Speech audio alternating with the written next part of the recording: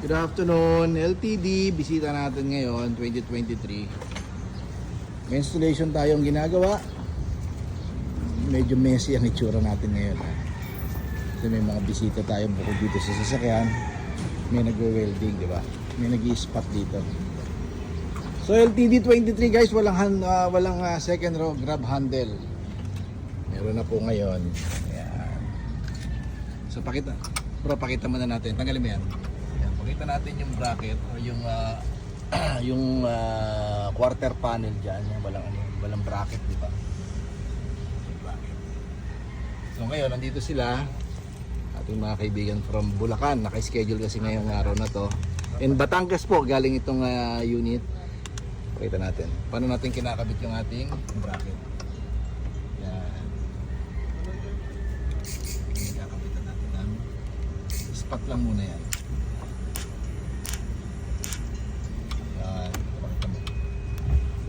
From punta ako dyan bro, from wala diba walang bracket, ilalagay natin yun isa sa baba. Pakita mo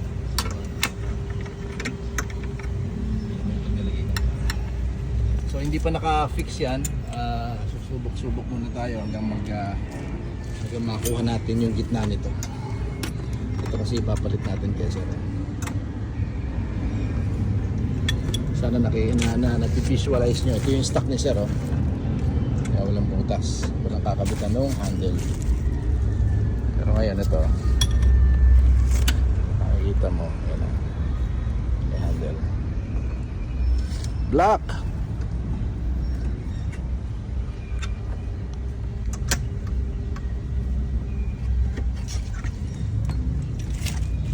So guys, kung nakikita at napapanood nyo right now, pwede pa kayong pumunta dito at humabol para mapakabit. Kasi kung hindi, sa Bulacan na kayo pupunta sir para ma-install yung ating grab handle. So guys, ito yung bracket. Naka-permanent na yan kasi nasukat na. Nasukat natin yung position niya, kung anong space niya dyan, or ano yung position talaga niya yan properly, pati yung baba. Dahil hawak natin to. Kasi dito tayo magbabase. Kasi ito yung sukat talaga niya eh. Yan, di ba?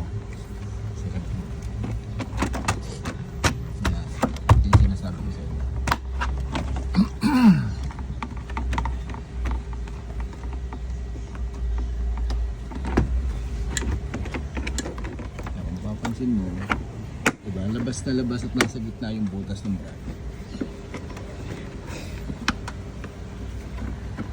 Don't worry, adjustable yung bracket na yan. Medyo hindi naman siya masasabing sobrang lambot, pero makunat siya. So kung hindi man magpapantay, pwede nyo pukpukin ng konti hanggang sa lumapat yung butas. Ganyan na siya ngayon. Tutubigin na lang natin. So ito yung ano niya, ganun mo pa. Baka mapansin mo, yan. Tuming butas. Bakit na eksakto natin yung bracket? Kasi nga dahil merong hawak nyo na to eh. So pwede nyo idalhin yan sa mga welding shop nyo para makabitan nyo ng bracket o para maispatan ng bracket. And ma-fit nyo. Basta hawak nyo yung bracket at the same time, syempre ito sukatan natin. Tulad dito. Diba? Malinis na siya ngayon.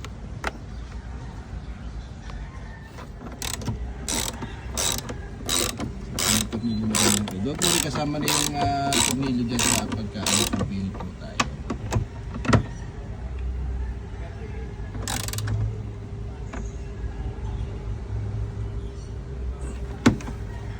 So, kabitan natin yung tornilyo. So, yung ano naman, original din yung kakabit natin na cover niya.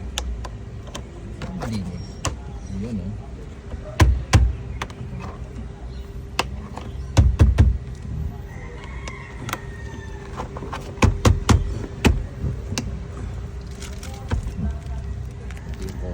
Sama yan. Hindi pinagtanggalan.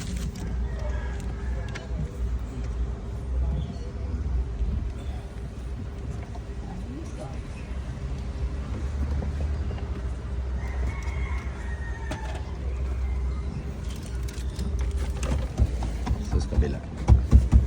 Once again, this is a 2023 na LTD. 4x4 ba ito? 4x2 yata. Anyway, 4x2, 4x4, 4x2. Gray ang kulay, oh. So bakit natin nakabitan ng door handle o grab handle? Madali lang. Dinayo tayo mismo nung magkakabit from Bulacan. Okay, so meron tayong extra charge by schedule kung gusto nyo rito sa Pasig, dito sa lugar natin.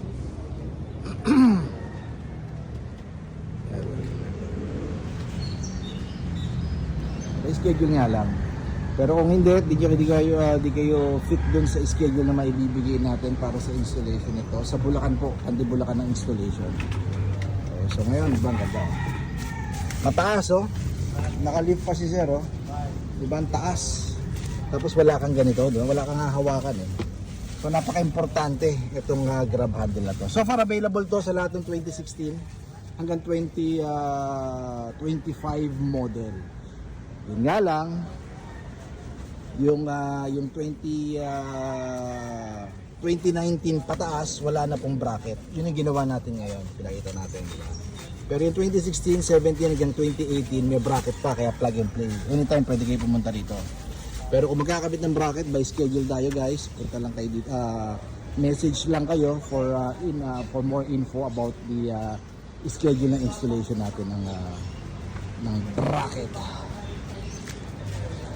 Follow us, TRD Parts Facebook page, TRD Parts YouTube and TikTok. Viber natin 0917-888-1133. Once again, Mike TRD. To settle for and request. By the way, yung bracket natin original guys. Hindi siya yung, hindi yan China, hindi copy. Hindi yan yung nabibili sa Shopee at hindi rin nabibili sa Lazada. Original yan. Toyota is still the best. Keep safe everyone. Bye-bye.